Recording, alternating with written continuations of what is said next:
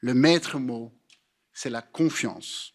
C'est pourquoi nous nous engageons sur la voie d'un renouveau politique. Un nouveau départ pour le gouvernement Vivaldi d'Alexander De Croo, donné dans l'enceinte du Parlement européen. C'est tout un symbole pour ce gouvernement qui aura à gérer la crise du Covid et une opposition féroce du côté de la NVA. Pour la NVA, c'est clair qu'un gouvernement sans une majorité côté flamand, ça c'est très difficile.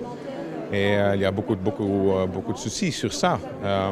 Et sur le contenu, demain, on va avoir un débat. Le contenu laisse aussi sur sa faim le PTB. On est un peu dans la continuité de ce qu'on a toujours entendu depuis déjà quelques années par le gouvernement Charles Michel. Moi, je n'ai pas senti vraiment une rupture. On continue, le gel des salaires est maintenu, la pension à 67 ans est maintenue. Donc, il n'y a rien de nouveau. Pour les autres partis de l'opposition, il faut surtout restaurer la confiance et clarifier le discours. Ça se construit avec des actes et surtout avec une vérité entre ce que l'on dit et ce que l'on fait. J'espérais un élan un peu plus fort. Alors je sais bien que tout le monde est fatigué, qu'il sort de plusieurs jours et de nuits de négociations.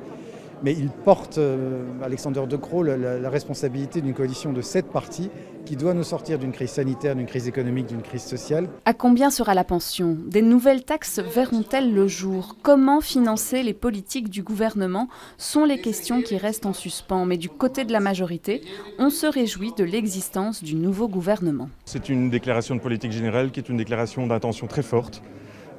Qui devrait évidemment après se concrétiser dans les actes. Il y a maintenant un gouvernement des bonnes volontés pour faire en sorte qu'on puisse répondre aux besoins de la population, être à la hauteur des défis. Durant les 2 prochains jours, les débats se poursuivront au Parlement pour un vote de confiance au gouvernement ce samedi.